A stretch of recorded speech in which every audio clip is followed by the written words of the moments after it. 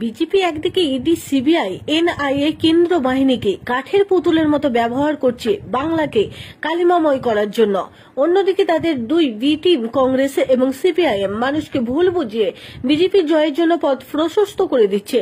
তাদের এখন একটাই কাজ, জানাতানা প্রকারে তৃণমূল কংগ্রেসকে দুর্বল করে দিয়ে বিজেপির কালো হাত শক্ত করা। আজ রঘুনাথগঞ্জের জনপ্লাবন প্রমাণ করেছে আগামী 5 বছর তারা তাদের জনপ্রতিনিধি হিসাবে ইতিমধ্যে বেছে নিয়েছেন জোড়াফুলে প্রার্থী খলিলুর রহমান সাহেবকে, যারা ধর্মীয় বিভাজন করে মানুষের মধ্যে হিংসা ছড়ানোর চেষ্টায় লিপ্ত হয়েছে, যারা বাংলার লক্ষ্মী ভান্ডার বন্ধ করতে চায়। আগামী 7ই মে জঙ্গিপুরের আপামর জনতা তাদের উচিত শিক্ষা দেবে। বক্তা অভিষেক ব্যানার্জি, নিজস্ব সংবাদদাতা, বঙ্গ এক্সপ্রেস নিউজ। রাহুল গান্ধীকে ইডি ডাকছে, আর অধীর চৌধুরীর নাম থাকার পরেও অধীর চৌধুরীকে ইডি ডাকছে না। সেটিংটা কার সাথে কার? আপনি বলুন। বিমান বসু, সুজন চক্রবর্তী এদের নাম থাকার পরেও সিপিএম এর কোন নেতাকে ইডি সিবিআই ডাকছে না। সেটিংটা কার সাথে কার? তাহলে সেটিং বাসদের জবাব দেবেন কি দেবেন না?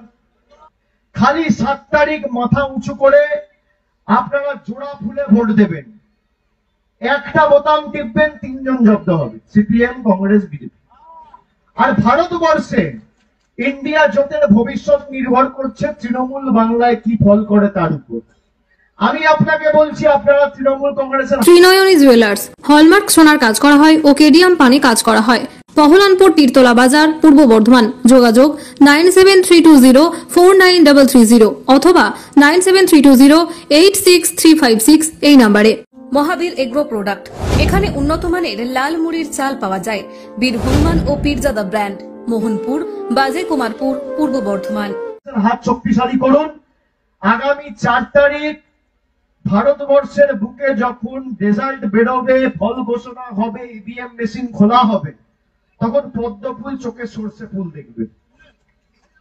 তৃণমূল কংগ্রেস আগামী দিন অগ্রণী ভূমিকা পালন করবে।